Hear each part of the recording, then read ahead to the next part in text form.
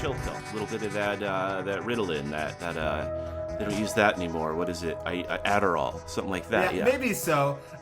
We tried, getting him more exercise. Like helping him chase the laser dot, helping him run on it. He has a little like cat treadmill now. The problem with that is it just makes him stronger in the long run. It's like now originally it was like he would run for a few minutes and then he would get tired out. But now he's like, if you don't exercise me for like, an hour and a half a day until I have proper like gains, I am going to, Kyle, tear this house apart. This rules.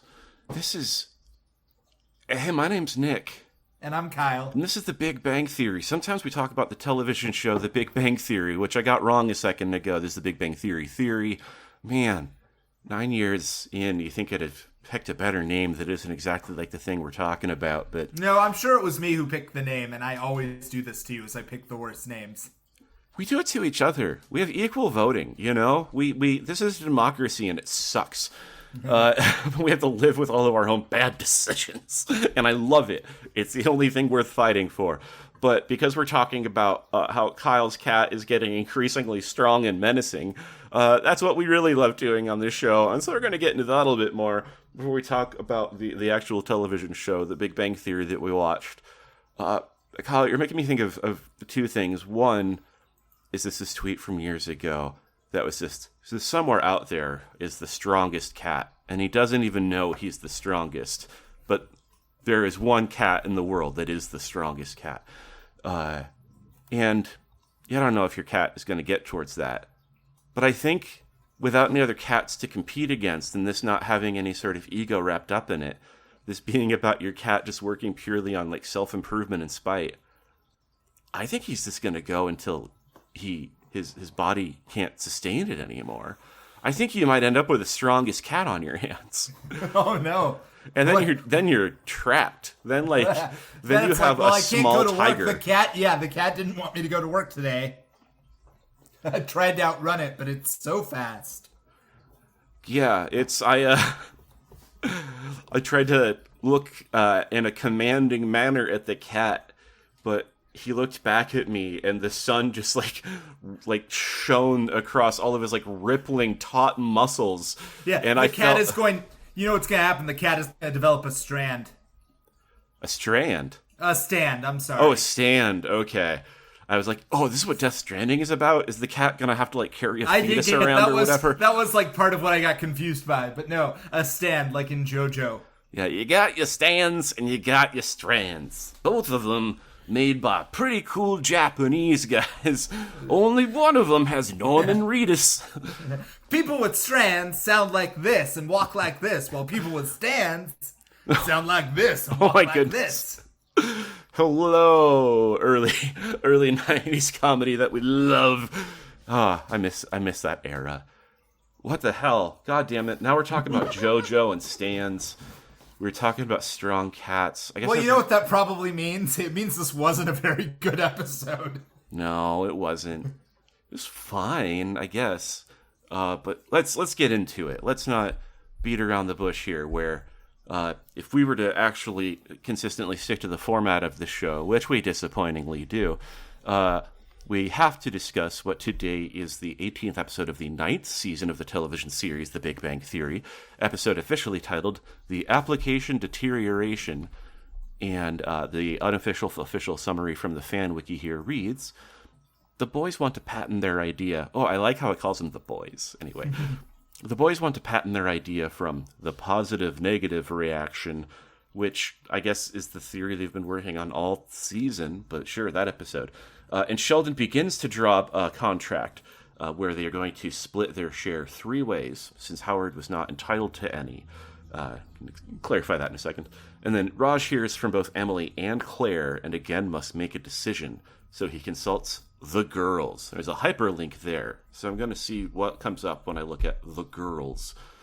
Oh, Penny's Posse has its own wiki page. All right, not going to get distracted. Is that actually what the wiki page is called? Penny's Posse? If I click the hyperlink the girls, it takes me to Penny's Posse. That's great, actually. We should call them that. Well, from now on, we do. There's no similar link for the boys, so eat shit, the boys. Okay, final sentence of the wiki summary. Bernadette objects to Howard signing a contract with Sheldon. And so, I guess it's a summary, but I feel like it leaves out very important detail there, which is, the boys have decided, and this is excluding Raj, who is somewhere in between the boys and the Penny's posse, I guess. But Howard, Howard, Sheldon, and Leonard have all decided to be as a triumvirate that they will share equal credit for the practical application of this theorem that they have all come together on. They're all happy with it. Good deal. Hooray. And so they coordinate with the university to engage in the patent process and apparently learn during their first big meeting that, this whole time they've been working here, anything that it didn't go to publish, but I guess, I don't know, patents at least, that they want to prosecute or claim or whatever it is, that the university owns 75% of that, and so that they would have to share the remaining 25% among the three of them. But and that's one where I feel like I'm sorry. I'll finish the summary. We'll come back. to just one more half a sentence, which is on top of that, the university also tells them that because Wolowitz didn't have his name on the original research or something like that, or he's not part of the department, that he is not entitled to any credit, and so he would actually be cut out officially by the university. Sorry, you were going to say. Oh, I was just going to say, and that's treated like some kind of like, what do you mean we did all of this work and thought, and we only get 25% of the actual, income from this idea that could be world-changing? To which, and I do feel like we're supposed to be on their side, but, I feel like I'm actually kind of on the university side, because the dude's like, well, we've been paying your salaries and letting you study whatever you want for, the last, 10 years, and did you think we were all doing it for charity? Yeah. It's like in an alternate universe where you hadn't come up with a cool patent, we would have just totally wasted all of that. No, I watched this episode today as it was intended, which is while putting away some dishes and doing other chores and whatnot. But that is something that, even in my distracted state, really stuck into my brain was, as soon as, whoever the patent guy or the representative they're talking to is like, what did you think we were doing this out of charity? You've been, using our research facilities for years. This was all possible because of the university. And that is the deal, right? That's how, maybe they didn't know the technical details of what it would be like financially if they were to have some sort of, I don't know, because, not just a paper which they produce, but, they're going to be producing some sort of either item or technique or something that's going to make them money. And, again, maybe don't know the details of that, but to be so blindsided by that reality when, it's that's what it is to, be faculty or to be a researcher or whatever, for a university. It's realistically, that's what it is technically.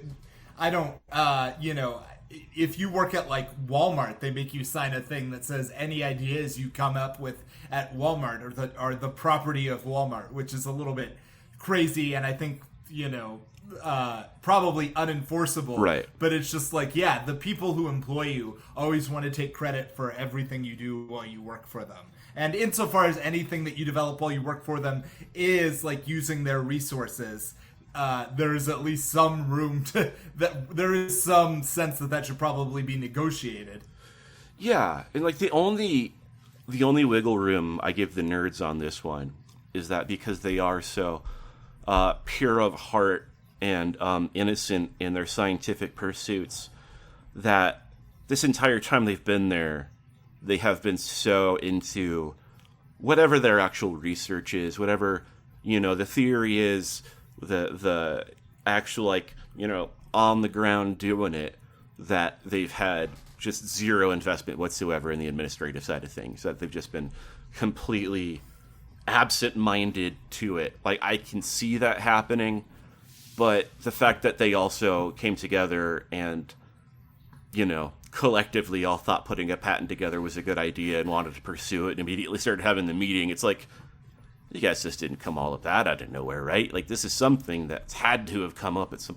I feel weird. It's like such a boring thing to get bogged down in, but it's also... I don't know. I guess it was something that... It just seems so unbelievable that it's such a dull thing, but for both of us to be like, what the fuck is this? Like, I don't... So, and other stuff happens in the episode, but I guess it... establishment. Fuck the little guy. That's what I feel gross about, is it's like, no, I don't think, like, in theory, the university should have 75% of the, like, income proceeds or whatever from your invention. Like, I do think that's a shitty deal, but you work for them, and, like, you couldn't have not known, like, and, to their credit, okay, here's how we can move this forward, thank God. They do start talking about how to circumnavigate the university. So and I don't think we don't get to it by the end, because then a contract dispute comes up. But yeah, they start saying, like, well, can we get around this? And, oh God, actually I feel like a cop with that too. Because, like, I'm glad that they're doing it, but there's a part of me too that's like, so you're just gonna steal your own work from the university now? You cretins, you thieves. And I don't know where that instinct comes from, Kyle, but I don't like it. Well, it's because you were even though you yourself are a cool dude, you were still educated to be a lawyer in an American establishment where all law is fundamentally tilted towards, employer bias. So the very educational framework in which you learned your craft is under the presumption that the man is the good guy. I'm both a beneficiary and a victim of my own education, as are we all. As are we all. Anyway, there's also a girls' night that isn't as caught up with meetings. That was a much funnier part of that funny, but just more interesting part of the episode. Well, to really briefly, to put a button on this A plot, now that we've gone through all the fucking contract bits. Well, actually, we didn't. The final contract bit it's all going great. They're all gonna, do their own private, let's split whatever we have, whatever interest we have in this entity in thirds. And then Bernadette comes in, and again, herself, like, reasonably, like, says to Wolowitz, like, you're not going to talk with a lawyer or, like, consult with someone about this? You're just going to go in blind with Sheldon? And then we proceed to a not very funny negotiation.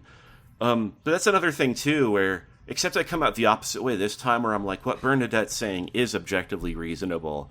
That is what she should be doing. But I'm also like, hey, don't fucking fuck with the bros here, all right? They have a good three-way thing going here. Should your husband have consulted with you? Yes. But are you going to be like, hey, are you getting a good deal on this three-way split? Are you sure that's right? I'm like, I don't know. I feel like that's as fair a split as you can get without getting into the nitty-gritty. But then they do. And it kind of just peters out, I guess, the contract side of things. How about this? I feel like I'm losing my mind with the details of this contract stuff. Do you want to try describing the girls' night side of things? Sure. Penny's posse. Here's the official report from Kyle. Yeah, so this is one of the, I mean, it doesn't feel super grounded, but this is one of the more, like, I guess this is a dilemma that, unlike the other dilemma, this is a dilemma that I was actually like, what would I do in this situation? Yeah. Which is, and it makes sense that he goes to a bunch of girls for their advice. So Raj checks in with Penny's posse, which is Penny, Bernadette, and Amy, because he received a wrapped package from his ex-girlfriend Emily with a note that says, hey, I know we're not, dating anymore, but I got you this for Valentine's Day, and there was no time to return it, so I just thought I should give it to you. So there's a funny bit where he's like, how do I know this isn't a bomb? Which in many ways would have been funnier. But, right. Well, I was hoping that, I think they were also trying to rule out whether it could be something like gruesome or gross. And I'm like, I mean, she was a freak. That would be pretty rad if... And they're all kind of dismissive of it, and I'm like, no, you have to trust Raj on this one. He got out of a situation here. Yeah. But, So then he opens it up, and it's like this beautiful, and this is how much of a nerd I am, is he opens the box, and the words out of my mouth were, "Ooh, what a nice sextant."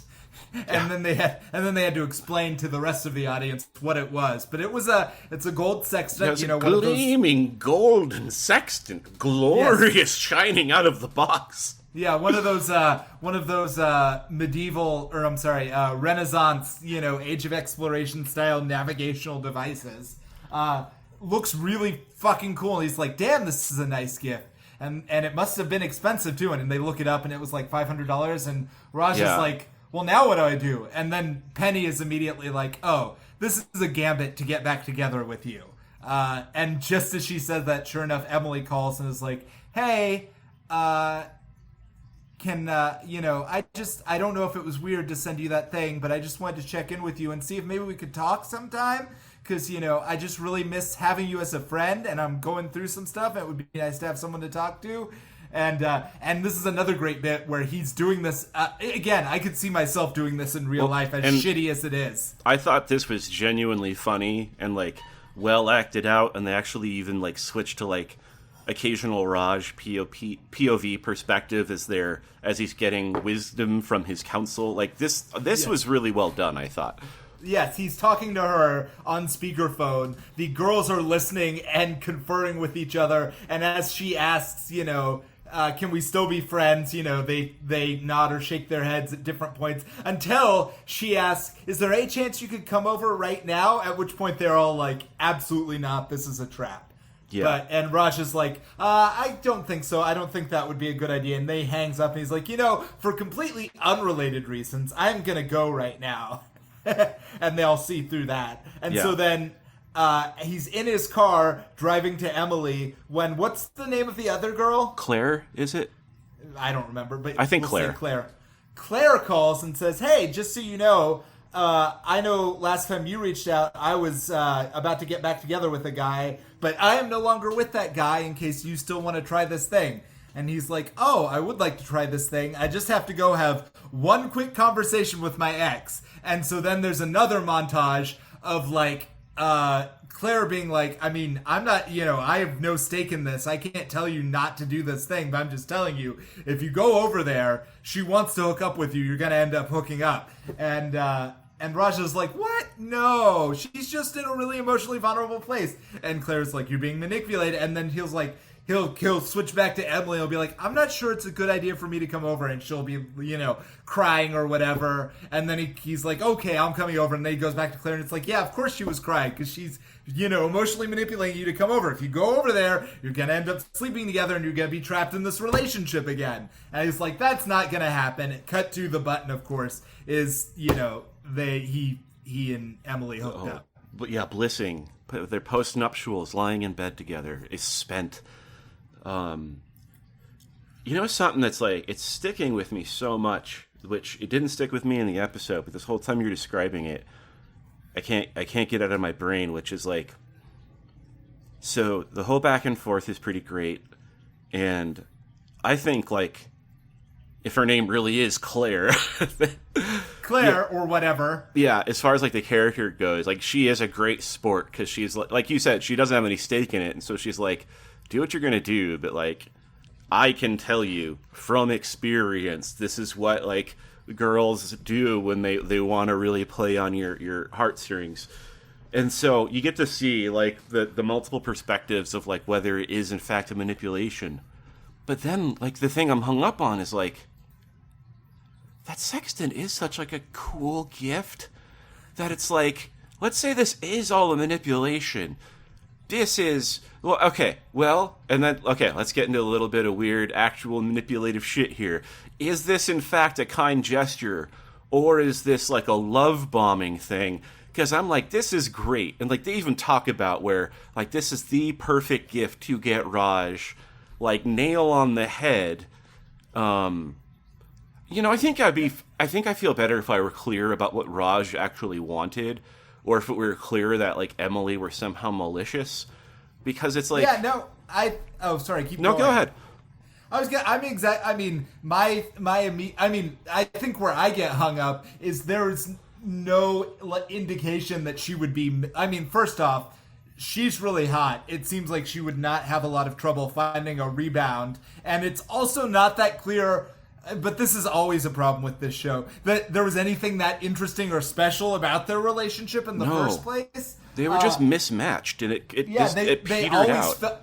They always felt mismatched, and when he breaks up with her like the day before Valentine's Day or her birthday or something because he wants a shot with the other girl, that was like a really shitty thing to do, but it also like made sense because there was like no more momentum in their relationship, and he'd been looking to get out of that relationship for a while. So it wasn't a good way to exit, but also it made a certain amount of sense. So when she sends the sextant, I took that immediately like, oh, this relationship really did mean a lot more to her than this show has ever given us any indication of. And I assume that from like the crying and so I assume she is being manipulative in the sense that she is trying to tilt him in the direction of making the decision she wants him to make. She is not being manipulative in the sense that she is pretending to feel a certain way that she doesn't really feel towards him. Well, so I 95% agree with you. The only 5% is that I don't think the characters in the show see it that way. I think they are like just putting some sort of ill intent on her because she is the ex that wants to get back together. Therefore, that must be bad, and you must resist it because it was all bad. But like at the same time, everything you're saying makes complete sense, and is like, if you just like, I guess I'm just treating the scenario like it was happening in real life as opposed to a TV. Well, no, I think if you were like watching the same show, but it didn't have the commentary, you'd be like, oh, someone like misses a person and they have regrets about how it ended, and they made this really big kind gesture and want to get together. And the other part of this 5%, the other 2.5, is they do play it up where she like keeps turning on and off, like when and how she's crying. And I think even the way she acts it, like, makes it look like it is an intentional manipulation. But there is nothing about her or the situation or how Raj feels about it that feels like there's anything wrong or it's like a thing to avoid. And I don't know, maybe I'm just dazzled by this pale redhead that's spooky and I can't see through it. Wouldn't be the first time, am I right? Not even close. I'm just so thick in the fog that I don't get it. But it's just, like, I don't know. There just wasn't anything wrong with them other than they didn't click. And if they're going to try it again, that seems fine. I don't know. Like, good for them. Positive ending. I don't know. But fun setup anyway.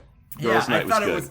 I thought it was a very realistic scenario in that sense, which is a dude who knows he like breaks up with a girl, and then she's like, "Hey, I'm feeling a little emotionally vulnerable. You want to come over?" And he's like, I don't know that I'm really ready to recommit to this relationship, but also I don't hate this person, and I'm probably gonna get laid. And then next thing you know, the relationship is extended another 6 months.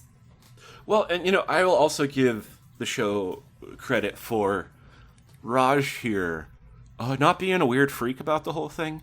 Like that he really is just trying to sort it out, and he's consulting with his friends, and he really is trying to make, like, I think the better decision in a situation where no one ever expects to find themselves as two babes at once. What do I do? And I feel like if it were any of the other nerds in the show, it might be funnier because they'd probably be having some sort of like chaotic meltdown and fuck it up real bad. But I guess that's like, I don't know. I appreciate that Raj is like the unspoken romantic hero somehow, in that he seems to have in the background totally normal, healthy relationships that just don't work out. Yes. I mean, the way he ended the episode was actually kind of shitty. And like his first breaking up with Emily was kind of shitty, but his response here, where he seems to legitimately, like, for instance, if he was just going over there to sleep with her, and there were no sense that he actually he was like, oh, she's vulnerable, I'm gonna get it. Yeah, that would be fucked up. but he that doesn't seem to be where he's coming from. So in that sense, it seems pretty legit. Yeah. A mistake. Like if I was watching again you do this in real life, I'd be like, bro, no, bro. But but a reasonable mistake. And I'd be saying, bro, you're right, but I don't have a lot of new comedy ideas. I need something to talk about. Well, I don't know. I feel like that was a pretty good summary. Is there anything else in this one you want to get into? No. All right. Thank you for that firm, clear answer, because I am also ready to move on. And so, hey, obligatory thing that I often forget to do. You should check out our Patreon, where we talk about the things we actually enjoy a lot more often. It's the extra bit of pudding you gotta pay for after you've eaten your main veggies and meats, which is this. Thank you for doing that, by the way. I love it. If you want to check that out, you can go to patreon.com/TBBTT, which is the Big Bang Theory. So, patreon.com/TBBTT. With that, we move on to the thing we actually recommend that we enjoy, and we think that you should probably do instead of watching this Big Bang Theory television show. Hey, Kyle, I'm kind of like up in the air this week. I can recommend one of a few things. Well, how about this? I'm going to do a double, and that'll give you. I think you should some space. You do a double, and then maybe I'll do like a quick one in the middle or at the end. But I feel so insecure about it this time that I'm putting that spotlight on you. Okay, it was originally going to be a single because I watched a really funny movie that I was like, oh, this is good. This is going to be my recommendation. And then I watched another incredible movie, and I was like, I have to talk about both these things now. And I will say they are thematically connected in the sense that they are both screwball absurdist capers, in which ridiculous things that would make no sense in real life happen and are then played for laughs. That being said, they're tonally very, very different movies. So the first movie I wanted to recommend is not that old, but is an older film. Actually, I guess it's early 90s, so it is pretty old now. I just don't want to admit that. I watched with my wife and mother-in-law a movie called The Man Who Knew Too Little. Is that the Bill Murray film? Yes. I've never seen that. That was something I felt like I've always assumed is a hilarious thing I've just missed out on. Tell me more. That's true. You can watch it for free any day. Yeah, that's true of a lot of things I might love. Yeah. I mean, it is very much a Bill Murray movie in the way he plays the character. But, that works out and it works out here. So the premise is, again, just ridiculous and continues to be ridiculous throughout in a Bugs Bunny level way. The premise is this guy, this American nobody played by Bill Murray, visits his brother, who is a high-powered a businessman living in England. So he travels to England to meet with him to celebrate Bill Murray's birthday. But oh no, his brother, who is very affectionate towards him, who's played by Chris Noth, who most people might know as Big from Sex and the City if they recognize him at all. His brother plays it as like, I love my brother, but I'm a businessman and I have a big business meeting coming up, which makes this terrible timing to hang out with him. So he feels guilty about it. So in order to give his brother a good birthday, even though he can't spend it with him, he signs his brother up for what is essentially a one-person ARG. He gets the gamed? Yes, but he knows. Again, this is critical. So his brother, Bill Murray, in the movie, works at a Blockbuster Video because that was the closest he could ever come to realizing his dream of being an actor.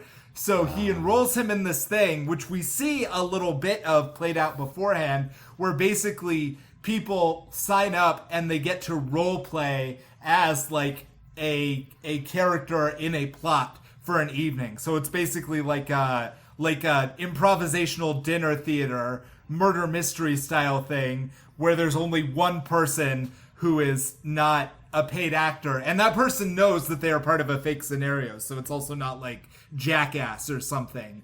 So the idea is Bill Murray is told, go to this place, answer the phone when it rings, do what the guy says, and you will be involved in a silly, absurd, over-the-top, some kind of narrative where you will hang out with a bunch of people and they will tell you, you know, you're a super agent or you're an FBI detective or whatever, and just do what they tell you, play it out. It'll last 3 hours. You'll have a good time.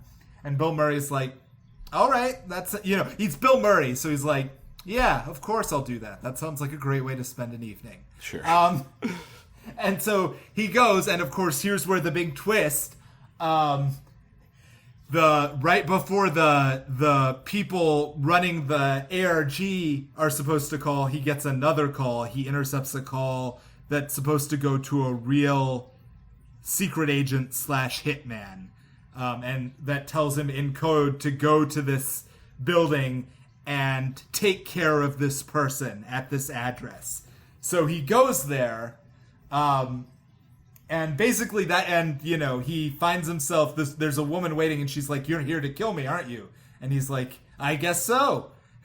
And then, it just continues to spiral out from there. But the humor comes from the fact that at no point does Bill Murray ever come even close to getting wise that this is not a game. In any other version of this story that was even slightly more realistic, at some point around halfway through, the number of crazy things that happened would have gotten so absurd that he would be like, there's no way it's a game. It's real. It's real. Like, he would realize right before the big finale of the plot, right before that, this is all real and I have to get my head in the game and somehow I have to figure out how to really do this. That literally never happens the entire movie. He goes through the whole thing, through the splat that involves a Russian plan to assassinate several diplomats using smuggled high explosives, and he goes through the entire evening without realizing that it is not fakes, because he is just that dumb and obtuse, and he kind of wants it to be real, including, seducing a beautiful woman and fighting several, trained assassins and everything else. And that's the other part. So the other key part of the humor is he manages to, through a combination of total nonchalance and ridiculous only in a movie luck, to survive and come out on top of several situations that no one could ever actually, if they were trying, pull off, which leads to several people. Mr. Magoo. Exactly. That's exactly. Mr. Magoo is a good reference point, which leads to several people being like, my God, whoever this guy is, he's the best operative I've ever seen in my entire life. Is he working for you? No, he must be working for the CIA or someone else, so on and so forth.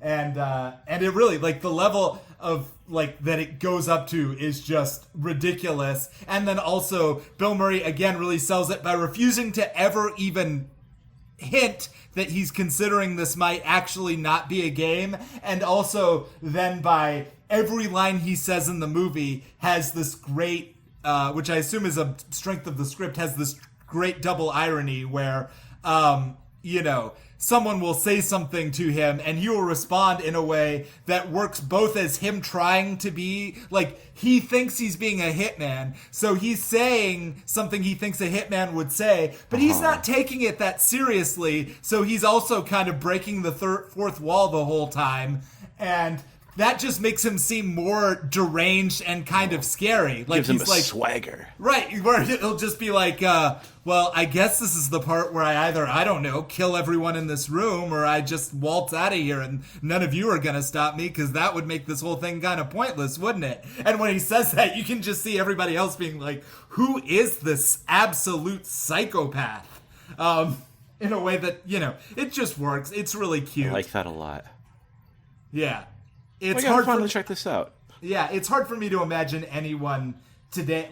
Maybe, I was trying to think, could anyone do this? And I was like, maybe a Steve Carell could pull this off, but it would be more obnoxious. It really is something it feels like only Bill Murray could pull off so well. You're making me think, this is I still haven't seen it yet, but you describe this, and I'm like, you just can't make a movie like this at all anymore. You know, the market's not there, and times have changed as far as like the kind of humor people are willing to take a chance on. And then I have this like little shining glimmer of light in the back of my mind that is, but I hear that Naked Gun movie's supposed to be really good. Maybe we're moving in the right direction. Maybe things could be funny again someday. I still have to check that out. But Yeah. yeah, that's great because I don't know. I am sad that like I don't know who could do anything like that now, and it does bum me out because we just don't make movies like those anymore. Fun, mid-budget, stupid comedies just that are a good time, not meant to be either too specific or mean, or to take Adam Sandler on vacation or. Yeah. Okay, so that was one of your two. That's right. Do you want me to hear the second one, or do you want to jump in with something now? I'm gonna jump in. I feel like it's gonna be a real weird tonal shift, but here we go. Just to get it out of the way. Watching. I don't know if I've been watching like a little more movies. I signed up for Letterboxd, and then I immediately was like, I hate this fucking thing. But oh, that's right. That's the one where you review movies online. Yeah, I have so many people I know who use it, and I'm like, oh, that'll be my cool. I'll get into the sharing of movie lists and likes and everything, and then I finally get in the app, and I'm like, I hate everything about this. Like, I just wanted to put little stars on things and see what little stars my friends put on stuff, and instead it's this whole just like social media nightmare. But that said, it's helped me keep track of the movies I've been watching, which is how I'd forgotten that I gave a 5-star genuine recommend, and here it comes, to the film Paris, Texas. Which, Kyle, have you seen Paris, Texas? That rings a bell as like a classic film, but I don't think I've ever seen it. Kyle, it falls into this big category of movies I'm trying to watch more of, which are movies that I hear are really great, but based on the thumbnail look like they'd be a real drag and a bore. And so this movie has been on my like must-watch list for probably years now. And finally I was like, yeah, I guess I'm going to see why this man is walking on a train track in a 3-hour movie that's certainly to be a thrill ride. Hey, guess what, Kyle? It turns out it kicks ass. It does start with, man, I always forget his name. He was like a regular David Lynch actor. I'm going to have to look it up right now. But this man, gaunt, middle-aged man who is bearded and raggedy and wearing just like an old tattered suit, is just like walking in the desert, like along the road and along railroad tracks, until he is pulled up upon by someone in a car who turns out to be his brother, and is just like, hey man, good to find you.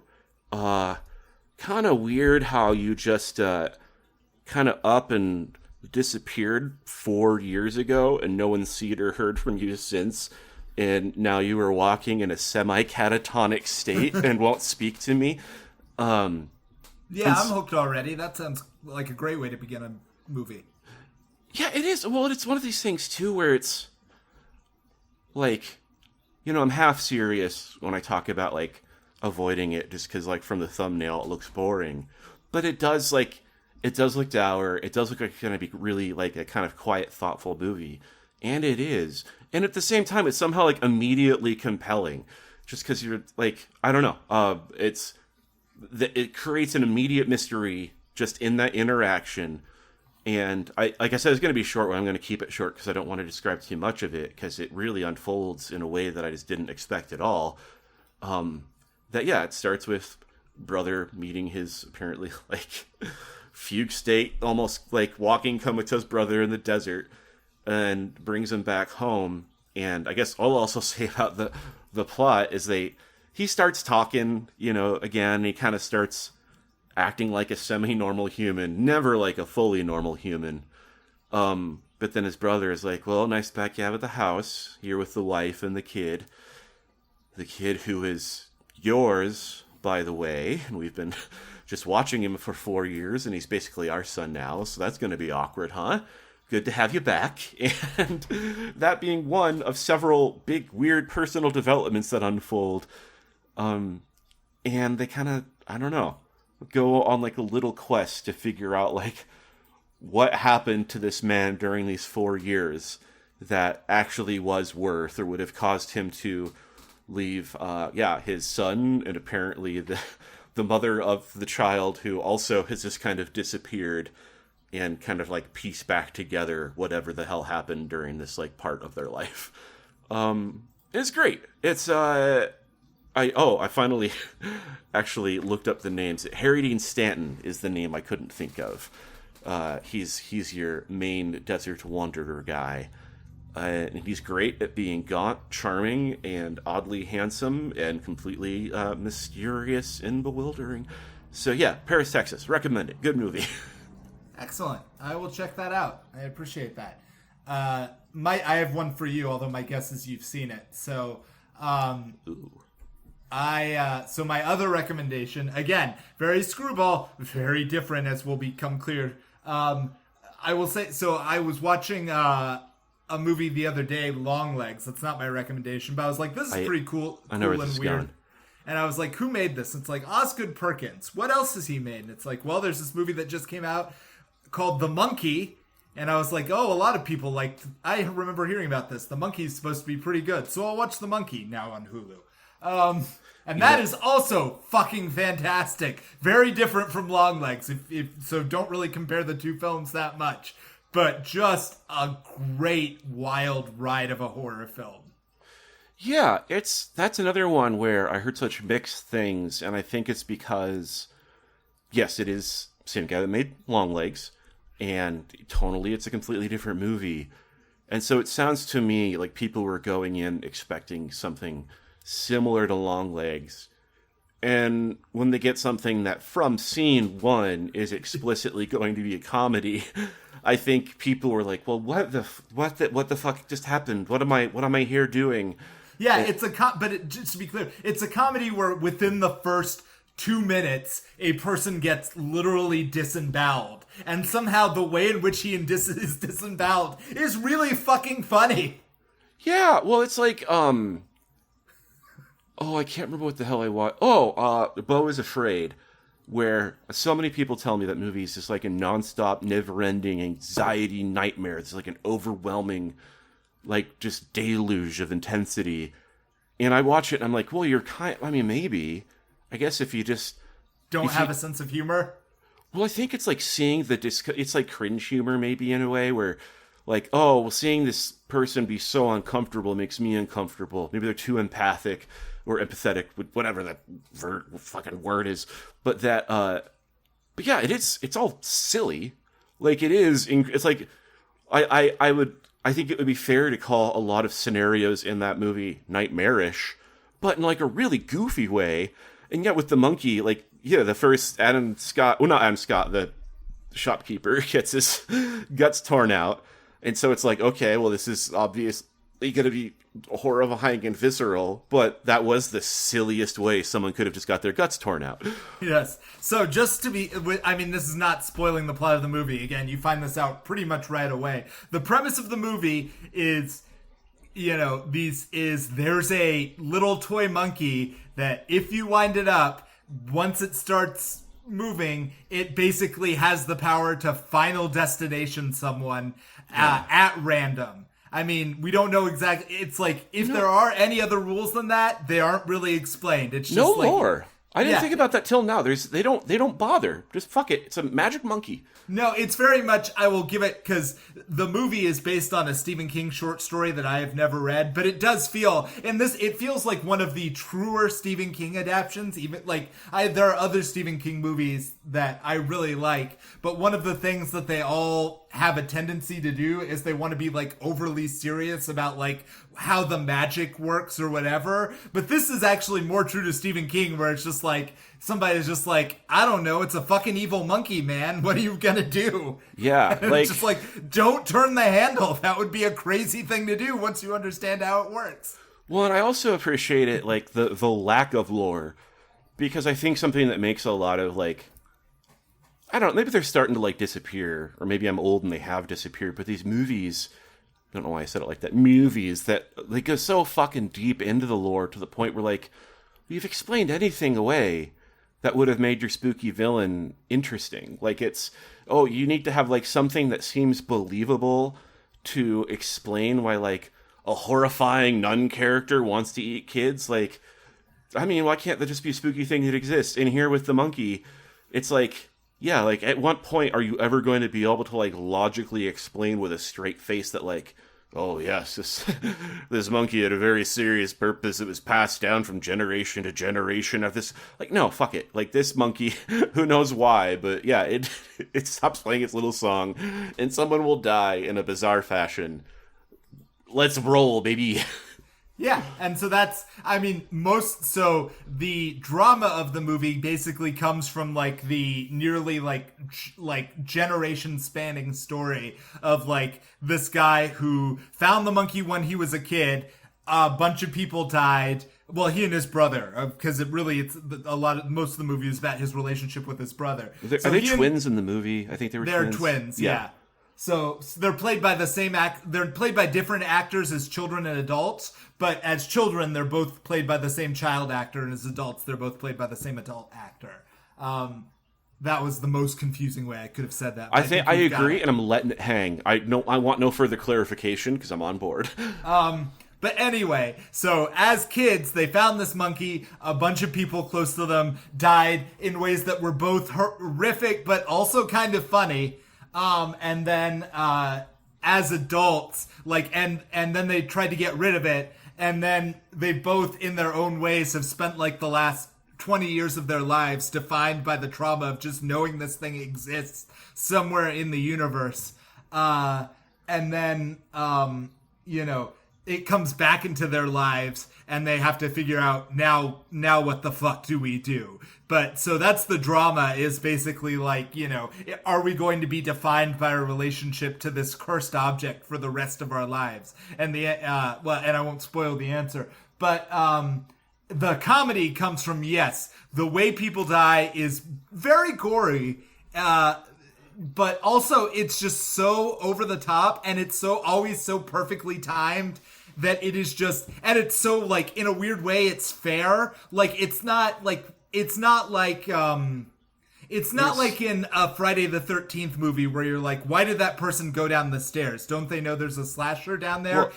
Or even like, they're not being punished for moral vices. Right. They're not being punished for moral vices, and they're not being punished for stupidity. It is very clear that once this thing has picked you, you're just gonna go. Like, something is going to happen in the next 30 seconds that takes care of you. And maybe it was something that was, like, set up and foreshadowed beforehand, or maybe it's something else completely unpredictable and random. But somehow, some way, this thing is gonna fucking get you. And so, in that sense, it is just watching, it's like Final Destination, but without the dread. It's like if Final Destination understood that, like, there's a way in which the fact that you're just walking down the street and then a fucking, you get decapitated is actually kind of silly. And the movie makes a lot out of that. This reminded me, I've now finally seen, I believe, all of Final Destination films. So I have opinions on them that I'm not going to bother with right now. But I don't feel that my life is any different in quality than it was before. So I'm trying a little bit more about Tony Todd now. But yeah, it's at the same time, it's like, I can't explain why it makes it different, because you're right. It's they don't have that tension of the Final Destination movies.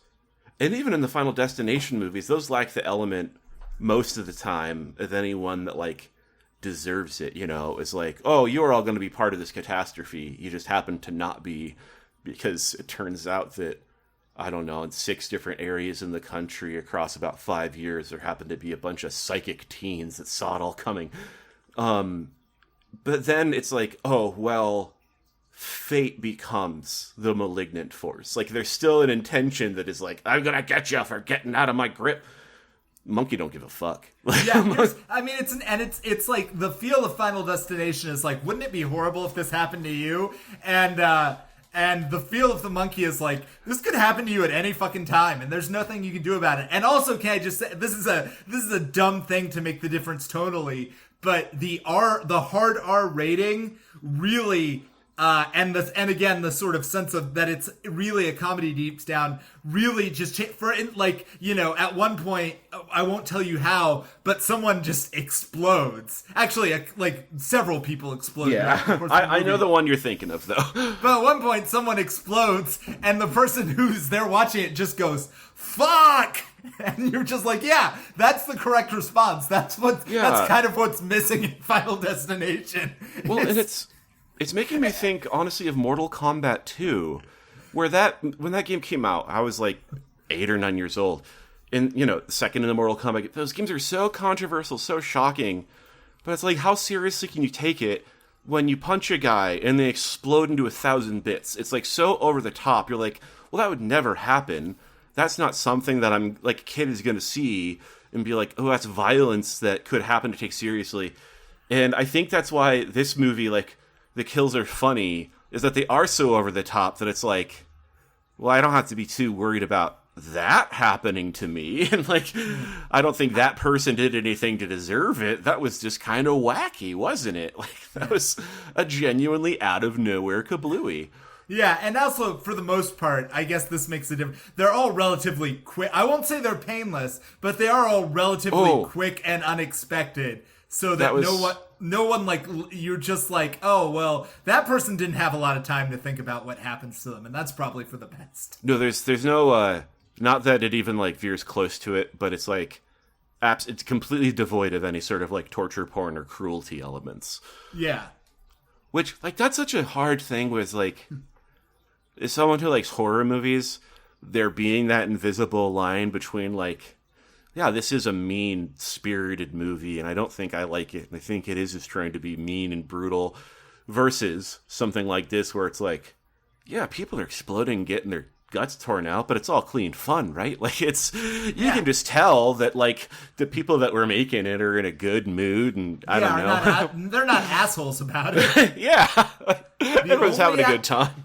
Yeah, the only asshole is the monkey. That's sort of what I keep coming back to. Well, even the monkey is so devoid of intent. You're just kind of like, he's doing what he... the monkey doesn't kill unless you turn him on, which is, to me, I don't know. I think, like, not the most unbelievable, not like it has to be believable, like, the silliest part of it is, the monkey just kills...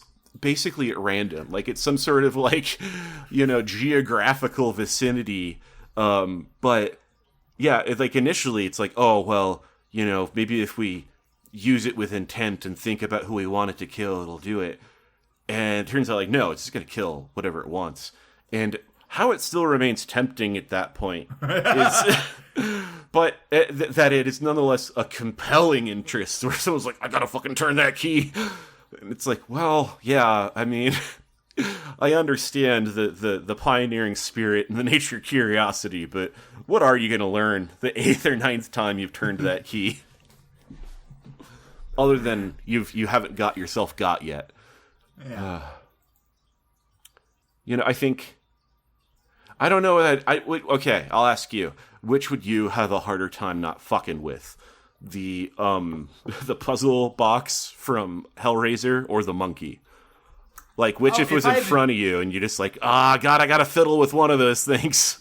I mean, do I have to activate one? Because I could probably turn the puzzle box once and be like, I'm done. But you don't have to activate it. It's whether or not once you start fucking with it, you can just like put it down again without like just... like kind of not even thinking about it. You're like, oh, whoops, I solved the puzzle. Or, oh, I just wanted to turn the key a quarter turn to see what it sounded like. And then I got carried away by the charming music. I mean, I will just say the puzzle, of those, if you're asking me, I mean, to me, because I've seen both these movies, would I rather deal with the monkey or the Cenobites? I would rather deal with the monkey. The Cenobites, so if I have to, like, fuck with one, I'll probably fuck with the monkey. But we went to a board game night at a sex dungeon once. You don't want to be flayed alive. We've established this is what we're into. I'm not ready for pleasure beyond pleasure. That is one of my own internal personal favorite things about the Cenobites is I feel like they're misunderstood. They're not evil either. They're just too freaky for this world. That's very clear. And well, I think that gets lost in I haven't even seen them all. But my understanding is that not even all of the movies understand that. Really only the first and maybe the second one kind of get that. But yes, that is explicitly the case, especially in the story on which the first movie is based.